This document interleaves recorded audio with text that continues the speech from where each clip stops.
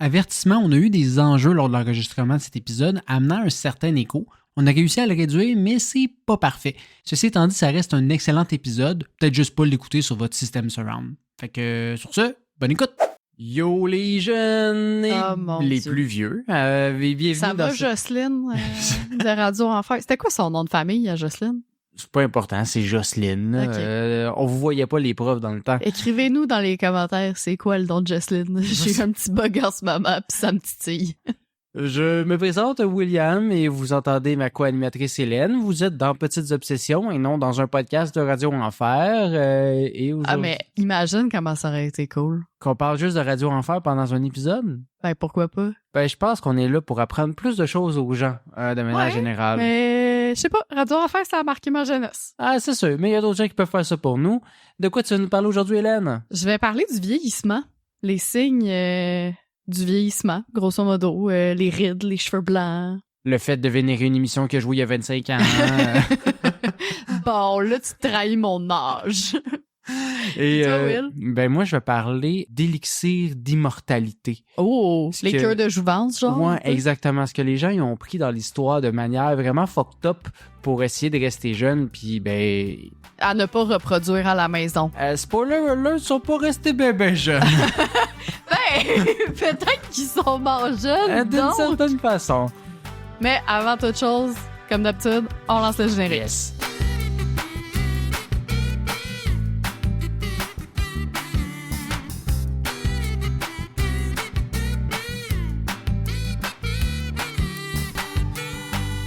Il y a quelques semaines, Will, on est allé au Biodôme avec des petits humains dotés d'une candeur et d'une insouciance enviable. J'ai nommé nos neveux et nièces. Effectivement, oui.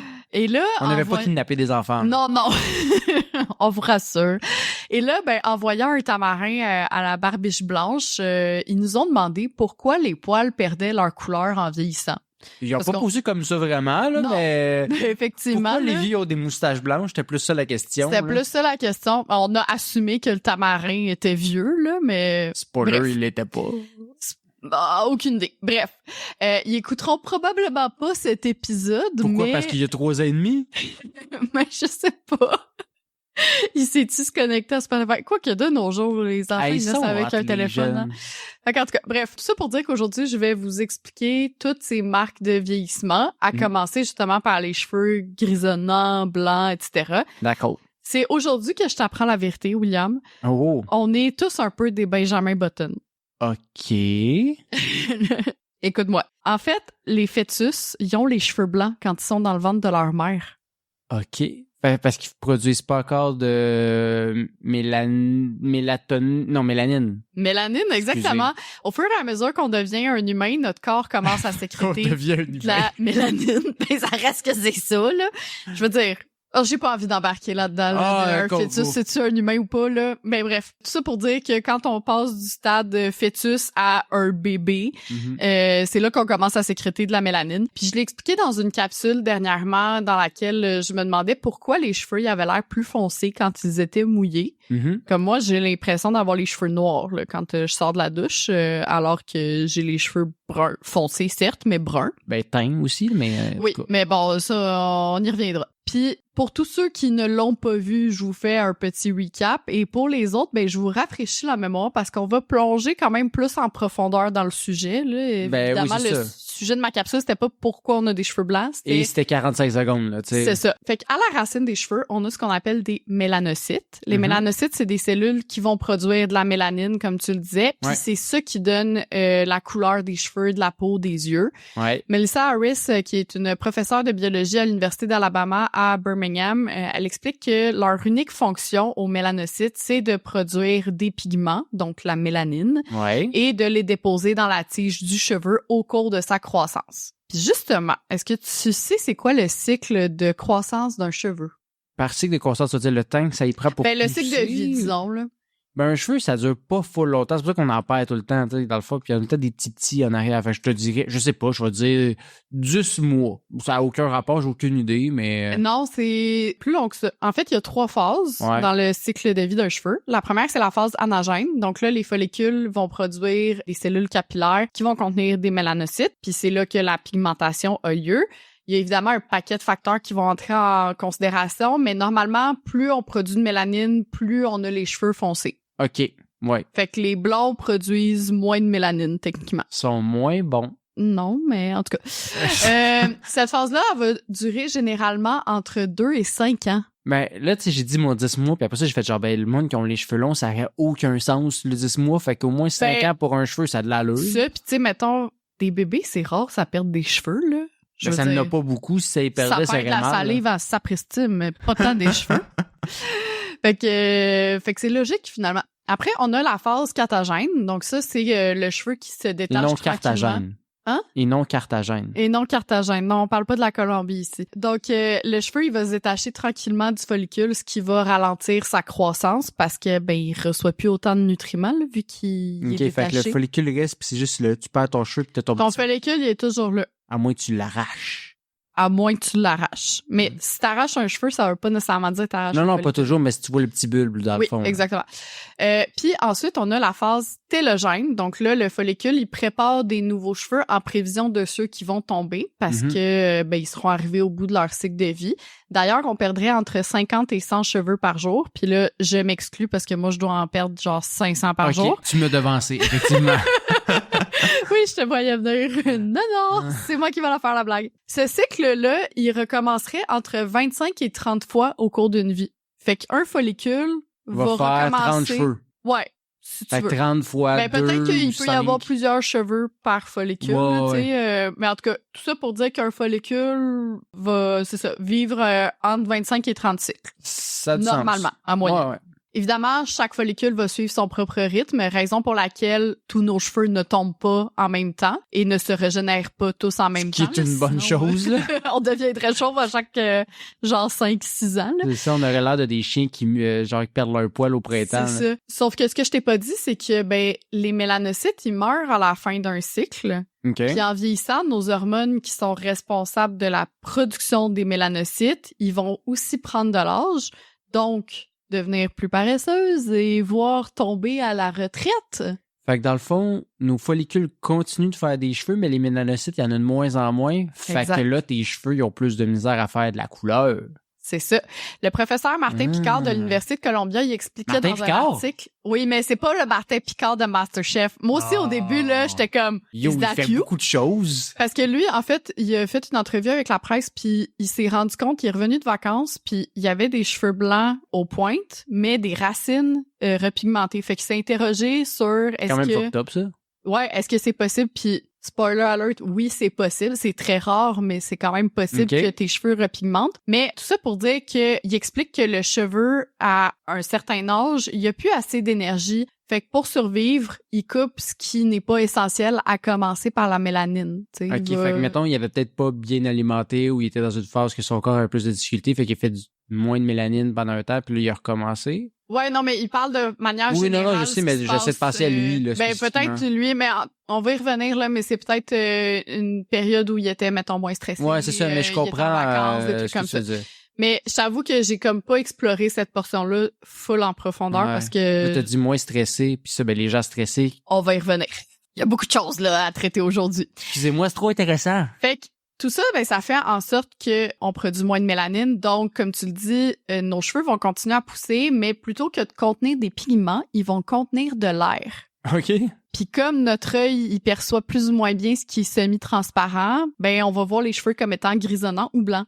Ah. Fait que les cheveux, ils existent toujours, mais c'est juste qu'ils sont pas pigmentés puis ils sont principalement composés d'air. C'est d'ailleurs le même principe pour la masse musculaire ou la testostérone. Hein? Les cellules vieillissent, donc elles demandent trop d'énergie pour vivre normalement comme quand on était plus jeune. Fait qu'on coupe dans ce qui est pas essentiel pour faire des économies. Donc c'est pour ça que les personnes âgées perdent en masse musculaire notamment. Mais il n'y a pas que le fait de vieillir qui ralentit la production de mélanocytes. Comme je t'ai dit, la génétique, c'est un facteur déterminant, mais l'origine ethnique aussi, par exemple. Il semblerait que les personnes à la peau blanche auraient tendance à observer une dépigmentation de leur crinière jusqu'à 10 ans plus tôt que les personnes de couleur. Fait que c'est pas juste qu'ils ont l'air de moins vieillir de la face, c'est aussi des cheveux. Ouais. Ben parce que justement, la mélanine, c'est la pigmentation de la peau, c'est la pigmentation des yeux et des cheveux. J'ai jamais pensé à ça. Ben moi non plus, puis j'étais étonnée. Puis 10 ans quand même, là. C'est quand même ça beaucoup, veut dire qu'en moyenne, là, je te dis des chiffres au hasard, mettons qu'une personne mais je pense qu'ils ont l'air 10 ans plus jeunes. Ouais, c'est ça.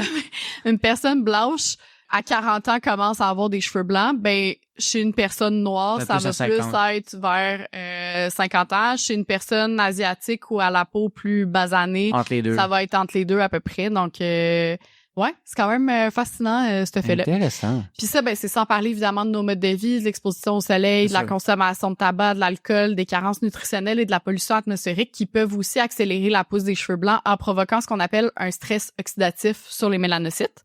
Justement, on parlait de stress. Ouais. Est-ce que le stress peut causer des cheveux blancs selon toi? Ben, de ce que je semble comprendre, oui. Oui et non. C'est un petit peu plus complexe que ça. On se rappelle que la pigmentation et par le fait même la dépigmentation, ça se passe au niveau du follicule, dans la phase anagène, qui est la première phase, quand le cheveu il va pousser. Si ton cheveu il a poussé puis qu'il était coloré, il va pas devenir blanc tout d'un coup parce que t'es plus stressé. Non, ça clairement.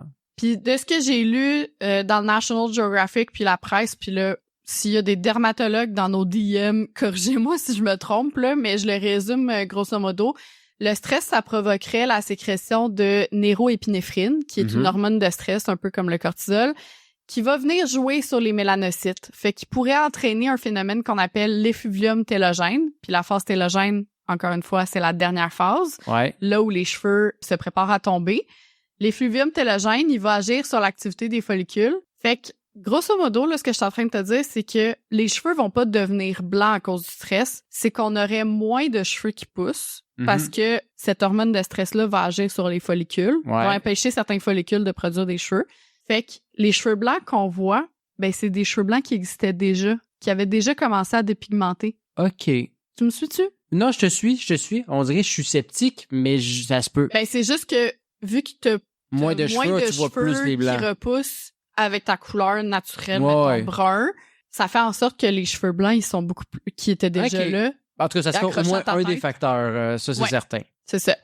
Puis reste évidemment que peu importe l'âge, l'origine ethnique, les facteurs environnants, il y a un stéréotype qui demeure. Les hommes aux cheveux poivre et sel sont vus comme sexy, hein. George Clooney, sex symbole. Les femmes, elles vivent encore beaucoup de préjugés comme quoi elles se laisseraient aller si elles ne font pas de teinture. Il y a beaucoup de femmes qui font encore des teintures pour dissimuler leur couleur naturelle, ce qui est somme toute très coûteux là, à la longue. On en a déjà parlé de combien ça te coûte à aller chez le coiffeur versus moi.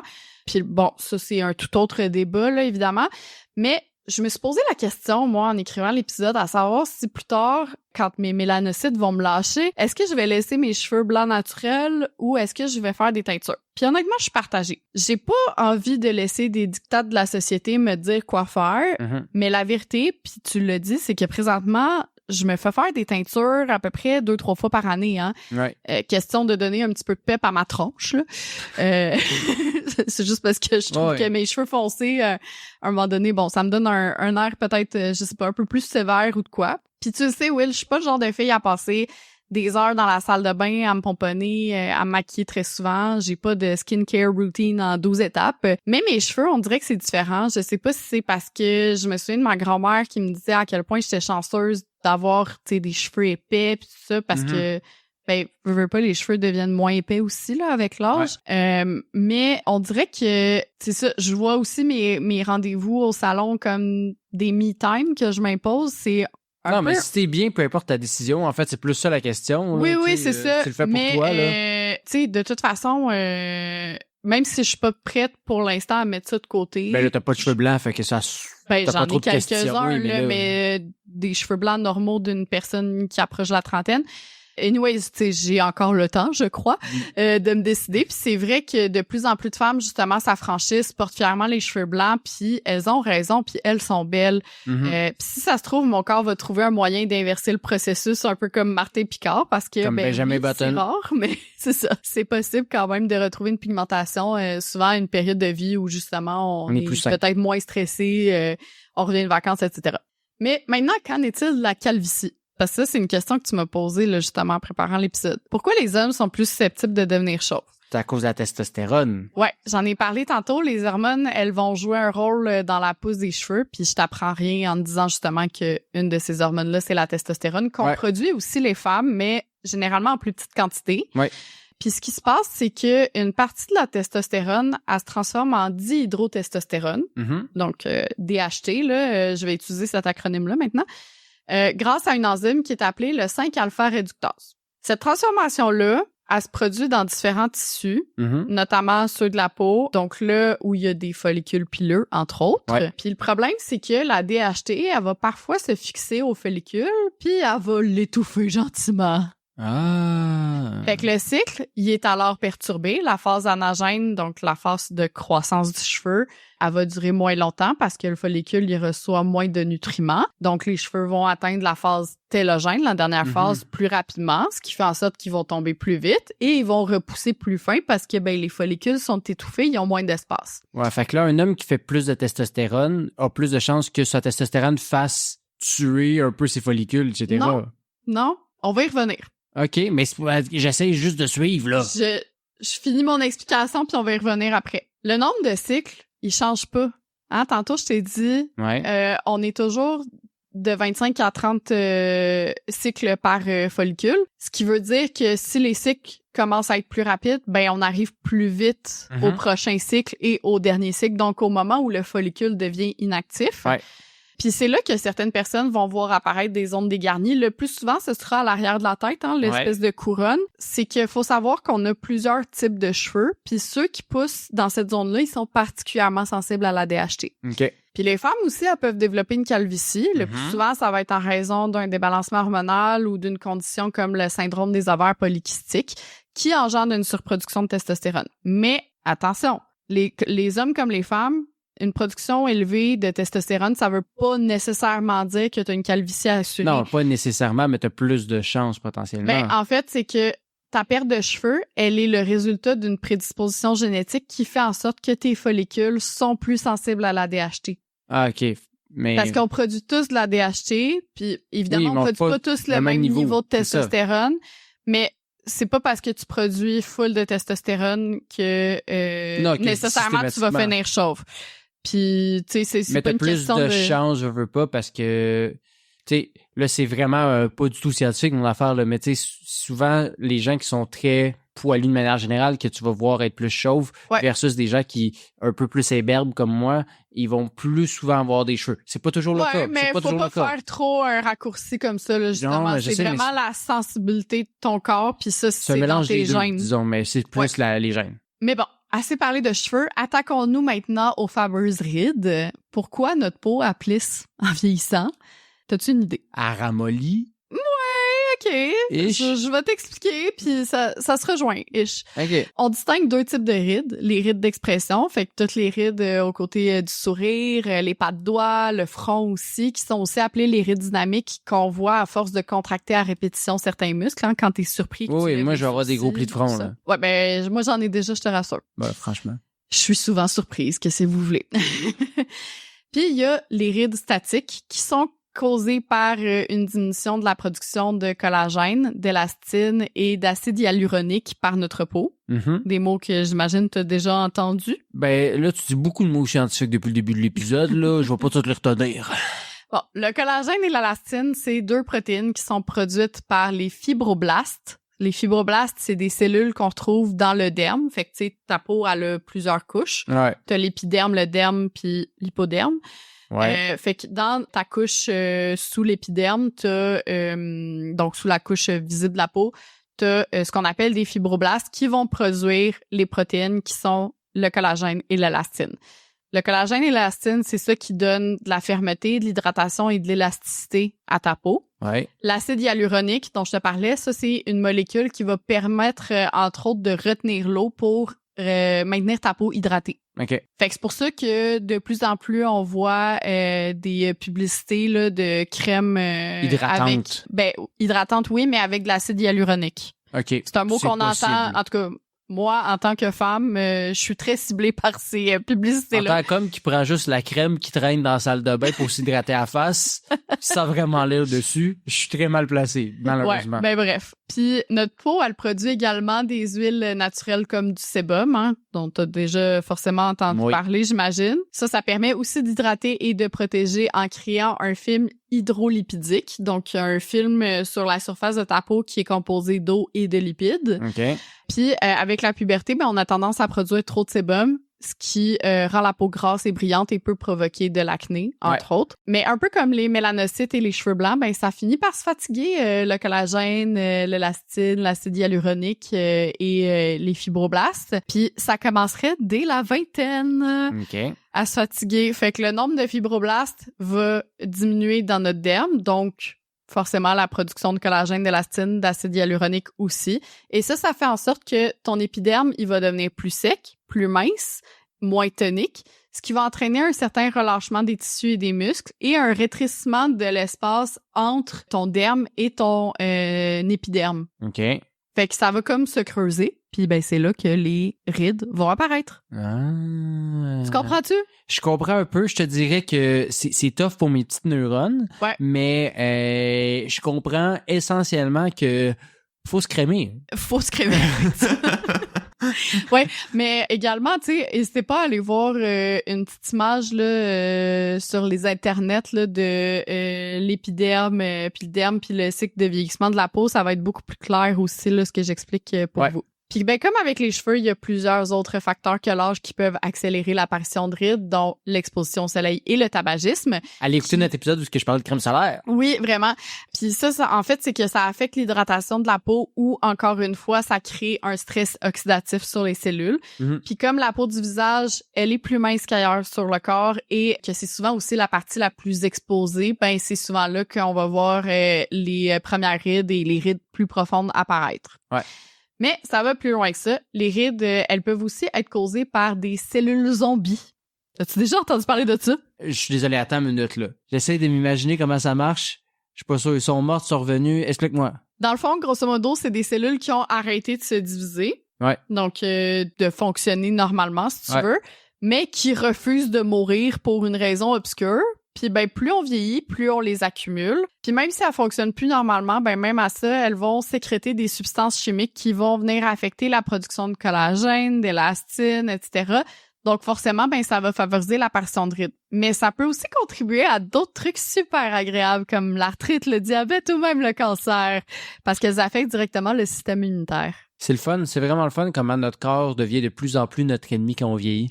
Ouais, c'est ça. Dans le fond, ce que je suis en train de te dire, c'est que on est des raisins secs dans Walking Dead. Ouais, ok, je comprends ce que tu veux dire. Je sais pas si tu vas avoir un trauma après cet épisode. Ça va être correct. Je connaissais pas ça avant de lire là-dessus, puis je suis comme, ok, je m'aventure là-dedans. Déjà qu'on ait un paquet de microbes et de bactéries qui s'entretuent, là, de façon générale, notre corps, c'est déjà spécial. C'est ça. Mais encore une fois, de saines habitudes de vie, une bonne hygiène aussi, ça permet de limiter la prolifération de cellules zombies. Ouais. On a parlé des cheveux et de la peau, mais il y a d'autres parties du visage qui sont affectées par l'âge. Est-ce que tu aurais une idée de quoi je parle? Le nez. Le nez et les oreilles? Oui. Là, je comme, est-ce que les oreilles comptent dans le visage? Mais oui, go. Oui, là. Le crâne, là, si tu préfères. C'est quoi la croyance populaire? C'est que ça continue de grandir. Ouais, même une fois que la croissance est terminée. Justement, la croissance, ça s'arrête officiellement une fois que le cartilage épiphysaire, donc du cartilage qui se trouve dans les os, il a été complètement remplacé par du tissu osseux. En fait, c'est la partie de nos os qui travaille pour nous faire grandir quand on est en pleine croissance. Considérant que le nez puis les oreilles sont principalement composés de cartilage, est-ce qu'ils grandissent? Passe. Il y a eu un petit 2 minutes de comme je suis dans un loophole. Il y a quelques études, notamment en 1995, où les chercheurs ont établi que les hommes gagnaient 0,22 mm d'oreilles par année. Fait que 1/5 de millimètre par année. Quand même. Donc 1 centimètre en 50 ans. Ouais. Ce qui paraît, là. Cette étude-là, elle a d'ailleurs reçu un prix Ig Nobel. Oh yeah! Je pense à toi. Ce phénomène, il s'applique aussi aux femmes. C'est juste qu'on l'avait pas étudié alors parce que... Vous avez des petites oreilles. Non, mais les femmes, ils ont souvent les cheveux longs, donc ça cache les oreilles, fait qu'on remarque moins la différence de grandeur d'oreilles. Puis on peut penser aussi que les boucles d'oreilles étirent le lobe aussi, fait que ça me donne l'impression que c'est peut-être pas ça. Exact. Puis en 97, il y a une autre recherche qui a conclu aussi qu'il était possible d'estimer l'âge d'une personne selon son tour d'oreille, ce que je trouve vraiment drôle. Là. On dirait qu'on est des arbres puis qu'on calcule nos cernes. En ce qui concerne le nez, il y a des chercheurs de l'Université de Milan qui sont arrivés à la conclusion qu'il est 15% plus gros chez les personnes âgées de 65 à 80 ans que chez celles de 18 à 30 ans. OK. Mais je te ramène aux rides. En vieillissant, la structure de la peau, elle est moins solide parce qu'on perd en collagène et en élastine. Fait qu'on a le nez mou. C'est la même chose avec le cartilage qui est plus souple qu'un os, donc sa structure change. Puis le nez et les oreilles, ils grandissent pas. C'est qu'ils s'affaissent et avec la perte de masse ailleurs sur le visage, comme sur les joues ou la gravité, parce que c'est vrai, ben ils ont l'air d'occuper plus d'espace, fait qu'on a l'impression qu'ils ont grandi ou qu'ils ont grossi. Pour le nez, il y a aussi l'hypothèse que la structure de notre mâchoire, elle change, fait que les dents, ils reculent un peu. Puis le fait que les dents reculent, c'est comme si ça donnait plus d'espace à notre nez. Plus long un peu, il a l'air plus long parce que le reste circulé. C'est ça. Puis là, ben, je sais pas parler évidemment de tout ce qui est perte de sens comme l'odorat, l'ouïe, la vision, ni même de la perception des couleurs qui serait altérée avec l'âge. Apparemment qu'on voit pas les couleurs de la même façon quand on a comme 85 ans versus quand on a 22 ans. Pour ça que leurs goûts sont lettres. On pourrait faire une série d'épisodes là-dessus. On pourrait même se demander à quoi ça sert de s'intéresser au vieillissement comme ça. Ben là. Mais en comprenant justement les mécanismes biologiques qui s'activent avec l'âge, ben ça nous permet évidemment de trouver plus facilement des traitements à certaines pathologies, mais aussi peut-être de ralentir le vieillissement. Mais ça, j'en dis pas plus. Je te laisse nous en parler. Moi, je vais aller dévaliser la pharmacie de crème anti-rides. Ben, pas de suite, là. Attends au moins 20 minutes, s'il te plaît. OK, 20 minutes. Ben, tu l'as dit, hein, vieillir a beau être la chose la plus naturelle au monde, en fait, là. Chez les gens, on va tous vieillir. Rien n'empêche que plusieurs tentent d'y échapper ou du moins de vivre plus longtemps. Ceci aura mené plusieurs à aller à la recherche d'un élixir de vitalité ou d'immortalité. Mon sujet du jour est donc plutôt simple, les histoires les plus loufoques d'élixirs et autres potions louches dans l'histoire. Okay. Donc, désolé pour ceux qui espéraient apprendre encore plus de choses dans cet épisode-ci. Non. Ben, ils vont apprendre des choses à ne pas faire. Oui, non, mais ils vont pas apprendre des choses pertinentes. Ils vont plus apprendre à grimacer et dire « what the fuck » à plusieurs reprises, je te dirais. OK, c'est bon. J'ai hâte. On va un peu passer du coq à l'âne aussi entre chacun des sujets parce qu'il y avait trop d'affaires fucked up à couvrir. J'aime ça. La première histoire dont j'avais envie de vous parler, c'est celle de Diane de Poitiers. OK. Tu connais-tu Diane? Ben non, mais j'imagine qu'elle habite à Poitiers. Ben, elle est née dans le Dauphiné. Ou c'est son nom de famille? Fait que j'imagine, là, elle venait de Poitiers. Ben oui, c'est son nom de famille. Elle est née en 1499. C'était la fille de Jean de Poitiers, vicomte d'Estoile et de Jeanne de Batarnay. OK. Si ces noms te disent rien, sache qu'il s'agit juste... genre une des familles là, entremêlées avec toute la royauté. Là, ben, il était clairement noble là, s'il était vicomte. Oui, c'est ça. Tu sais, son grand-père, à elle, il a marié la fille du roi Louis XI. Grand-père, il a marié la... OK. Ouais. Par exemple. Quand même. Mais de son côté... Fait que sa grand-mère, c'était la fille du roi Louis XI? Ou... Ouais. OK. Mais... En quelle année t'as dit? 1004? 1499. OK. Non, je la connais pas. Mais t'étais pas né? Ben... de son côté, elle va épouser Louis de Brézé, le petit-fils de Charles VII, en 1515. OK. Si tu as suivi, elle a 16 ans. Ouais. Lui, il a 52. Bon, j'ai envie de dire normal pour l'époque. Là. Ça. Ensemble, ils vont avoir 2 enfants, puis tu comprendras bien qu'il va mourir avant elle en 1531. Oui. Ben, elle aurait pu mourir en couche. Là, ouais, elle aurait pu. Normal à l'époque aussi. Là. Diane, c'est aussi la petite cousine de Catherine de Médicis, parce qu'encore une fois, tout le monde se connaît. Ah, c'est pour ça que tu m'as parlé de Catherine de Médicis dernièrement. Oui, Catherine de Médicis qui a épousé Henri d'Orléans, futur Henri II, roi de France. Oui. Puis c'est Diane qui a recommandé Catherine comme femme à Henri en disant « ce serait pas pire pour toi comme parti ». Ah, Diane, c'est une entremetteuse. Oui. Puis dans le fond, à ce moment-là, c'était tous des petits jeunes. Mais l'affaire, c'est que même si c'était des petits jeunes, Diane, c'est devenue la favorite d'Henri. Oh. Diane avait 36 ans, Henri 17. Et, il les aimait vieilles, lui. C'est ça. Fait que, peut-être que c'est son écart d'âge avec son mari trop vieux puis son concubin trop jeune qui a fait qu'elle est devenue obsédée par le fait de rester jeune, Diane. Ouais. Puis elle s'est mise à boire la cure miracle de l'époque, de l'or liquide. OK. Ça, c'est si accessible que ça, de l'or liquide en France moyenâgeuse. Quand t'es riche, oui. Ouais. Des chercheurs ont analysé une mèche de ses cheveux, OK. Puis l'examen toxicologique a révélé une concentration 500 fois plus élevée que la moyenne de référence dans son corps. Signe d'une pas pire intoxication, oui, parce que alors. j'ai vu qu'on avait de l'or dans le corps. Je veux faire un TikTok là-dessus. Ouais, mais elle en a 500 fois plus que la moyenne parce qu'elle en buvait. Ben, normal. Mais elle n'était pas la seule. Là. Il y avait beaucoup de gens qui vendaient ça comme cure miracle à l'époque. Puis même, ça recule en Égypte antique. Il y a des gens qui buvaient une sorte d'or liquide modifié. Toujours l'Égypte. Toujours l'Égypte. Mais tout ça pour dire que Diane est décédée à l'âge de 66 ans. Quand même! Décrite comme en ayant la peau douce et jeune. Ben là, c'est sûr. Mais elle était aussi décrite comme ayant la peau très pâle, ce qui est un des traits associés à une intoxication chronique alors, et aussi des cheveux fins et cassants, ainsi qu'une ossature fragile, ce qui elle avait elle aussi.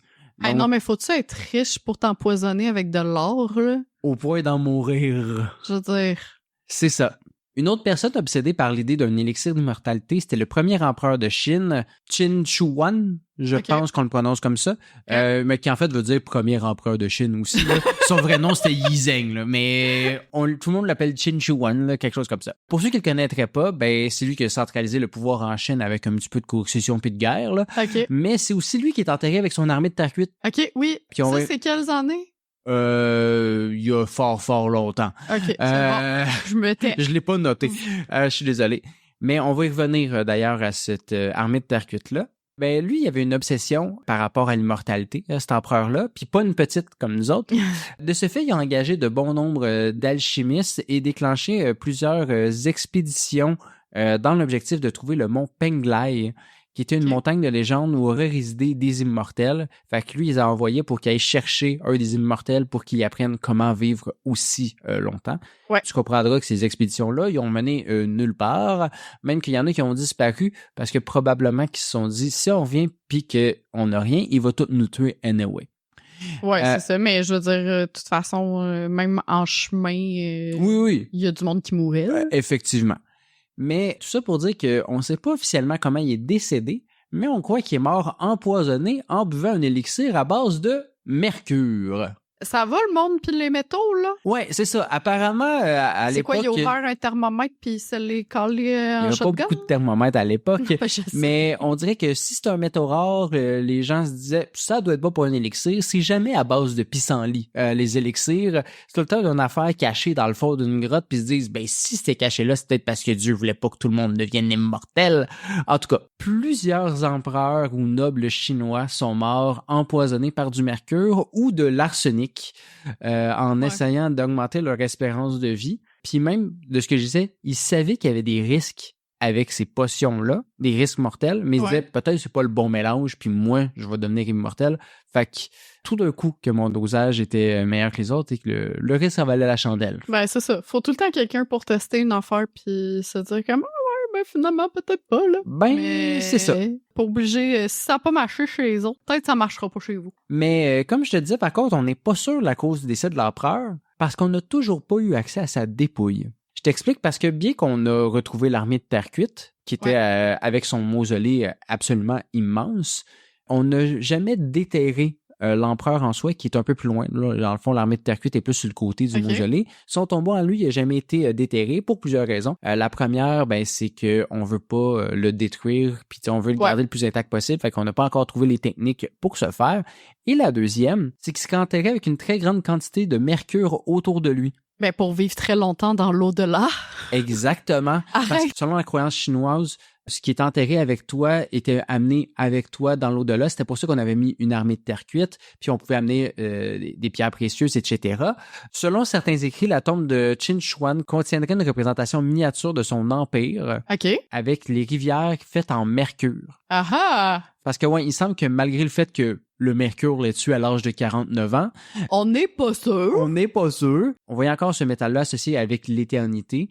Puis, ben, le fait qu'il soit enterré avec son empire et avec des rivières faites en mercure, ça pourrait signifier que il va régner pour l'éternité, encore une fois, sur son royaume. Ben justement, j'ai regardé là parce que ça m'intriguait trop. C'était quand qui était empereur. Puis c'était aux alentours là, du 3e siècle avant notre ère. Fait que de 247 à 221 à peu près. En voilà. Mais voilà, truc de légende ou réalité, on ne le sait pas encore, mais des analyses du sol autour du tombeau ont détecté des concentrations anormalement élevées de mercure, donc on préfère pas prendre de chance parce que si tu le déterres et puis il y a du mercure à grandeur, on va tous tomber malade. Là. Non, mais on se fait une petite combinaison d'astronautes, ça va aller, là, la gang, là. C'est ça, mais c'est pas si simple que ça. Comment qu'on va sauver la Terre, William? En déterrant un empereur de Chine? Ça n'a pas rapport. Si on s'arrête aux premiers obstacles. Non, mais là, en tout cas. Le premier empereur de Chine n'était pas le seul à se lancer dans les explorations à la recherche d'éléments mythiques non plus. Hein. La légende veut que l'explorateur Juan Ponce de León était à la recherche de la fontaine de Jouvence lorsqu'il a fait son voyage vers l'Amérique. Mm-hmm. Bon, il a découvert la Floride à la place, qui est calissement décevant en comparaison, mais... Je m'attendais pas à ce plot twist-là, excusez. Donc voilà. Une autre histoire que j'ai découverte... Il est juste mort parce qu'il est arrivé en Floride. Non, il est pas mort. Non, je voulais juste parler du fait que c'est lui qui a découvert la Floride, puis ça me fait rire parce qu'il cherchait la fontaine de Jouvence. OK. Une autre histoire que j'ai découverte en faisant des recherches et qui m'a bien fait rire, c'est celle de Mithridate VI, le souverain du royaume du Pont. OK. Pour ceux qui, comme moi, ils ont aucune hostie d'idée c'est quoi le Pont. C'est un royaume antique qui était essentiellement dans le pourtour de la mer Noire, surtout en bas, puis ça tournait un peu. Mithridate VI n'était quant à lui pas obsédé par les élixirs, mais plutôt par les poisons. OK. La raison est toute simple. Son père, mort empoisonné quand il était petit. Ouais. Fait que lui, il s'est dit, je vais éviter de subir le même sort, puis je vais étudier ces poisons-là, travailler sur des antidotes et aussi me bâtir une immunité en prenant des petites quantités. Attends, répète-moi ça, là. Il a étudié ces poisons-là. Ouais. Il a travaillé sur des antidotes. Ouais. Et il a décidé de se bâtir une immunité au poison en ingurgitant des petites quantités de poison pour éviter... Il s'est fait un genre de vaccin, là. Essentiellement. Ou c'est comme... comment il s'appelait, là? Celui qu'on avait discuté qui avait découvert le LSD, là, dans un précédent épisode, là. Je me souviens plus comment il s'appelle, mais c'était essentiellement ça, là. Il avait pris comme des très petites quantités, puis il était allé jusqu'à comme se faire un hostie de bad trip. Mais là où ça devient très drôle, c'est comme tout bon roi un peu foubraque de l'époque, la population s'est éventuellement rebellée contre lui. OK. Comprenant le sort qui l'attendait, Mithridate, il aurait tenté de se suicider avec du poison. Ce qui aurait échoué dû à son immunité qu'il avait bâtie. Arrête! Fait que la seule personne qui voulait pas être immortelle l'est devenue indirectement. Bon, finalement, il est mort pareil. Il a fini par mourir. Peut-être d'autres choses, là. Mais en fait, l'histoire dit que tous les gens autour de lui, ils ont pris du poison en même temps, sont tous décédés, mais il en restait, puis il a demandé d'être achevé avec son épée. Mais ça me fait très, très rire de lire ça. Oh my God, the irony. Exactement. Une autre personne ayant subi les conséquences de ses recherches, c'est Alexander Bogdanov, à ne pas confondre avec les frères Bogdanov. Ouais. C'est pas relié. Okay. Alexander, c'est un personnage assez complexe. Il était physicien, philosophe, auteur de science-fiction et cofondateur des bolcheviks. Okay. Mais il a aussi permis à faire de grandes avancées au sujet des transfusions de sang. Ah non, je sais vers où ça s'en va. Ouais, l'objectif des recherches concernant les transfusions était, tu comprendras bien, permettre de rester jeune en prenant le sang de personnes plus jeunes. Là, j'ai pas envie d'embarquer dans les complots de pédosatanistes qui s'injectent du sang de bambin, OK, là? Tout ce que je veux dire, c'est que c'est zéro prouvé scientifiquement. Puis, oui, il y a eu des tests concluants, mais c'était vraiment anecdotique. Fait mais faut pas faire ça. Il me semble qu'il y avait dans Stat un... Oui, Stat, c'est pas de la science, Hélène. Non, mais je sais, mais il y avait comme justement un gars qui allait dans l'aile néonatalité pour essayer d'avoir du sang de fœtus. Ouais, non, mais là, on va bébé, pas là. On touche pas à ça ce soir.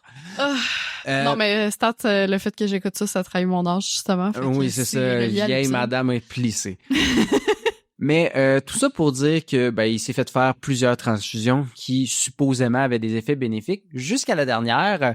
L'histoire ne dit pas trop pourquoi il aurait fait ça, mais en 1928, il serait injecté le sang d'un étudiant souffrant de malaria et de tuberculose. Mais ça serait-tu un peu comme... il est mort. L'autre... Non, mais... Peut-être qu'il aurait fait ça un peu pour, entre guillemets, s'immuniser à ça. Savais-tu qu'il était infecté, l'étudiant? C'est ça, c'est pas très clair, mais tout ça pour dire que Alexander, il est mort par la suite. Certains disent qu'en fait, c'était plutôt parce que les transfusions, c'est quand même risqué, puis c'est plus ça qui l'a tué que la malaria. Mais ça m'a tout de même fait sourciller, puis j'avais envie d'en parler. Je comprends.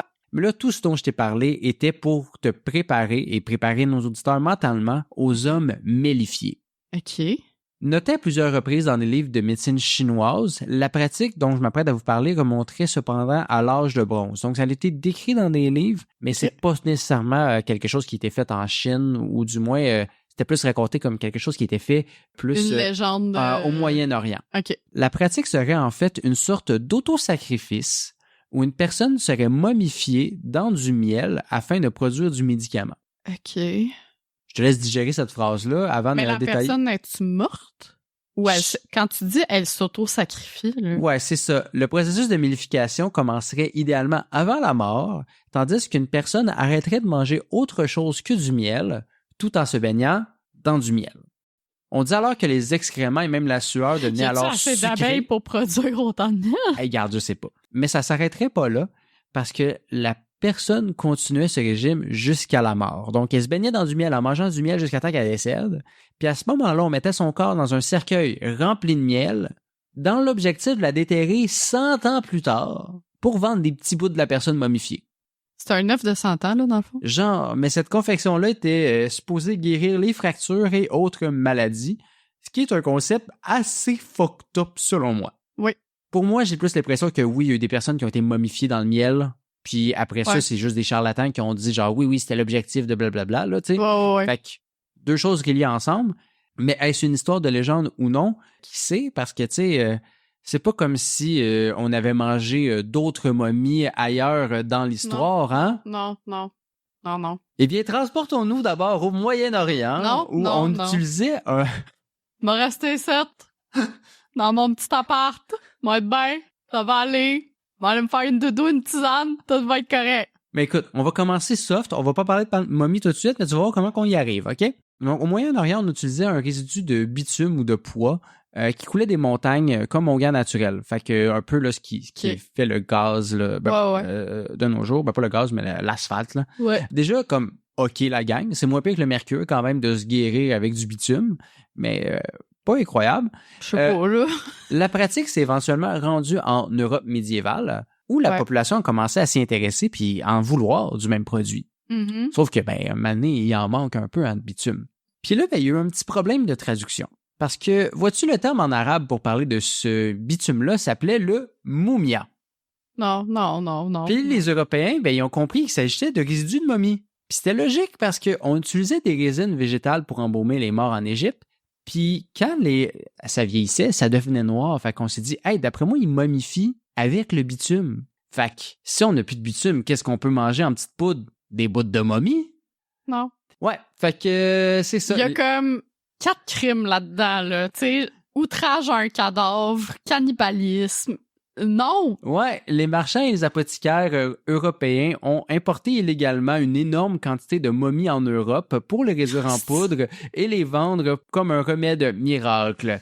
Fait qu'une des raisons pour lesquelles il n'y a plus tant de momies de nos jours, c'est parce qu'ils ont été mangés. Je suis pas bien, là. On va aller à la pharmacie pour vrai, c'est Puis bien entendu, le produit était tellement populaire que on a aussi assisté à de la contrefaçon de momies à partir de cadavres d'esclaves et de criminels. C'est sûr, là. Cool quand même. Fait que cannibalisme en Europe. Ça me dérange moins vu que c'est pas des vraies momies. Tu comprends?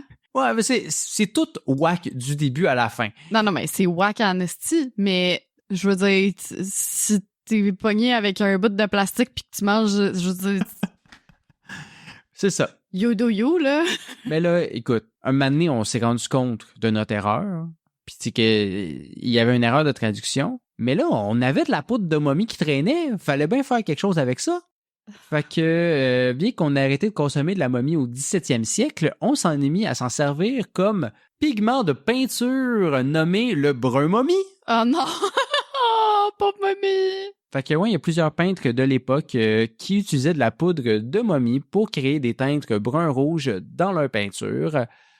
Un des peintres soupçonnés d'avoir utilisé... C'est le sang des momies qui reverse sur les toiles. Un des peintres soupçonnés d'en avoir utilisé, c'est Eugène Delacroix. Ouais. Le peintre de la liberté guidant le peuple, là, la femme avec le sein nu avec le drapeau. On ne sait pas si la teinte a bel et bien été utilisée sur cette peinture-là parce que pour pouvoir faire l'analyse, ça détruirait un peu la peinture. Ouais. Donc, on ne sait pas si officiellement il l'a utilisé dans cette peinture-là, mais c'est dit comme quoi qu'il l'aurait acheté et qu'il l'aurait utilisé au moins par le passé. Il y a un délateur à quelque part. Fait que c'est ça, la liberté est peut-être représentée par des cadavres de momies. Oh my God. Comme quoi le capitalisme n'a aucune limite. Shout-out d'ailleurs à la chanson Momidos de Ghost qui parle à quel point l'argent peut corrompre les humains. Tu vois le lien? Et oui, j'ai réussi avec mes tangentes à parler de Ghost dans un épisode de podcast et ça me rend très heureux, Hélène. Ça, faut que vous le sachiez, le Ghost, c'est un des groupes, sinon le groupe préféré de Will, là, fait que... Il affiche un fier sourire en ce moment. Il va se faire des petites rides là, de sourire. Exact. Et c'est ainsi que je termine mon épisode en parlant... Ton épisode? Ben, ma partie d'épisode, là, notre épisode. Voilà, c'est la fin. J'espère que vous avez apprécié les informations qu'on vous a données et qu'elles soient informatives ou décalissantes. Justement, si vous en voulez plus, vous savez ce que vous avez à faire. Ouais. Vous pouvez vous abonner sur Spotify, Apple Podcasts, YouTube. On est aussi sur les réseaux sociaux où on fait justement des capsules en général aux alentours d'une minute, là, 45 secondes, une minute. Où qu'on parle de pourquoi les cheveux sont foncés mouillés. Exactement. Et de tout autre sujet un petit peu moins fucked up quand même. Quoique... Ouais, c'est parce qu'on se dit que les algorithmes vont plus nous censurer des fois. C'est ça. Mais non, c'est ça. Donc, on vous invite à nous suivre sur Facebook, TikTok et Instagram pour retrouver plus de contenu. Puis sinon, on se retrouve dans 2 semaines. Bye!